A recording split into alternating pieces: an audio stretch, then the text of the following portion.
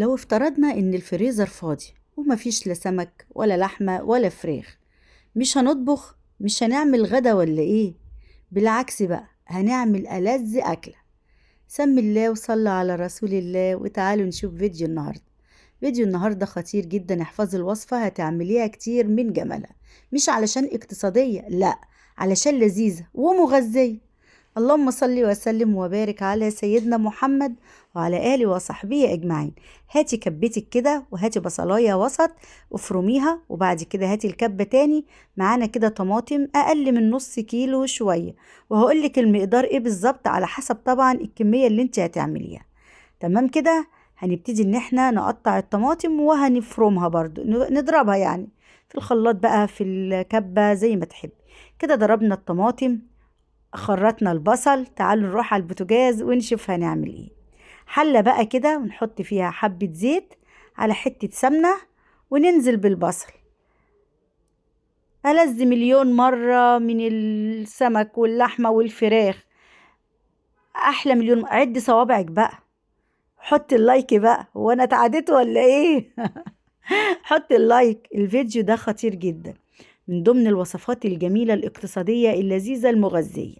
تمام كده. طيب انا هنا صفرت البصل ونزلت عليها كده بقرن فلفل، اللي هو الحلو المسكر ده، مش الحراق. حبه سبايسي حطي، بس انا بحب الفلفل الاحمر الحلو ده، بيدي تسكيره حلوه قوي للاكل. هنشوحه كده مع البصل الاول كان يعني صفر شويه، وبعد كده نزلنا بالفلفل. انا مش عاوزه احمرها قوي، عاوزه الاكل كده يبقى طعمه مسكر. بص اللون تمام قوي. هننزل بقى بالطماطم، نحط حبة مية كده في الكبة وننزل بيهم حبة صغننين. بتعملوا كده ولا لا؟ اكيد اكيد يا اختي بتعملي كده. طيب نسيبها بقى تتسبك شوية كده، وتعالوا بينا نشوف هنعمل ايه. اعملي مشاركة للفيديو علشان يوصل لكل حبايبك. هنزوده حبة مية هنا، تمام اهو، ونسيبها بقى تغلي. طيب معانا ايه احنا النهارده؟ انا هعمل ب5 بيضات، تقدري طبعا تزودي الكميه.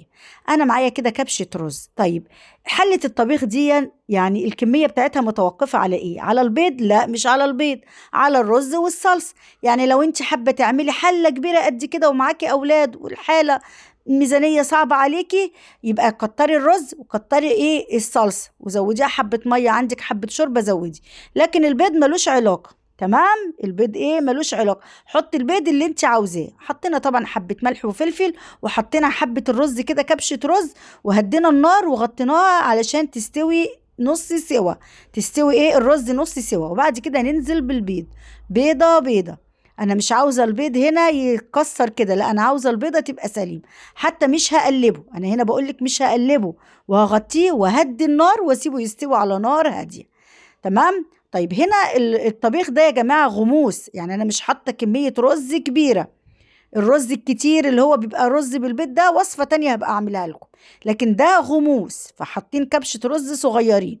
وزي ما قلت لك كده كمية الطبيخ أو كمية الأكلة دي بتعتمد على الرز أكتر.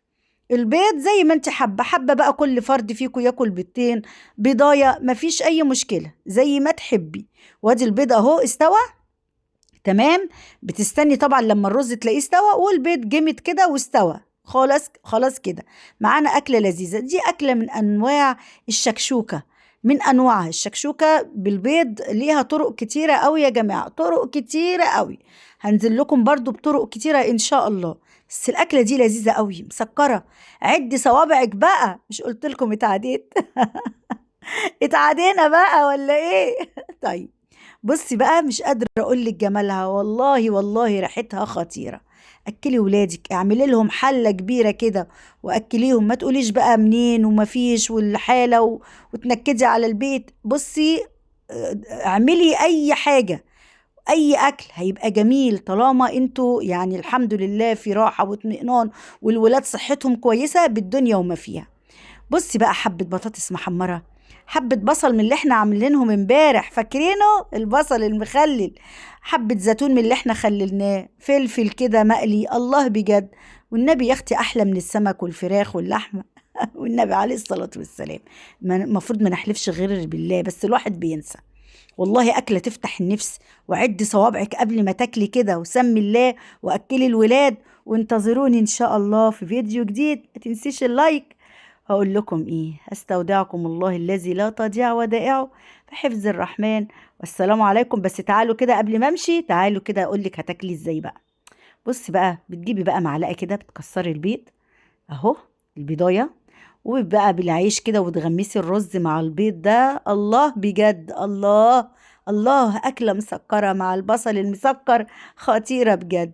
إلا بقى الفلفل ده فلفل بارد على فكرة. طب سيبوني بقى أروح أكمل الأكل بتاعي، وانتظروني في فيديو جديد، والسلام عليكم.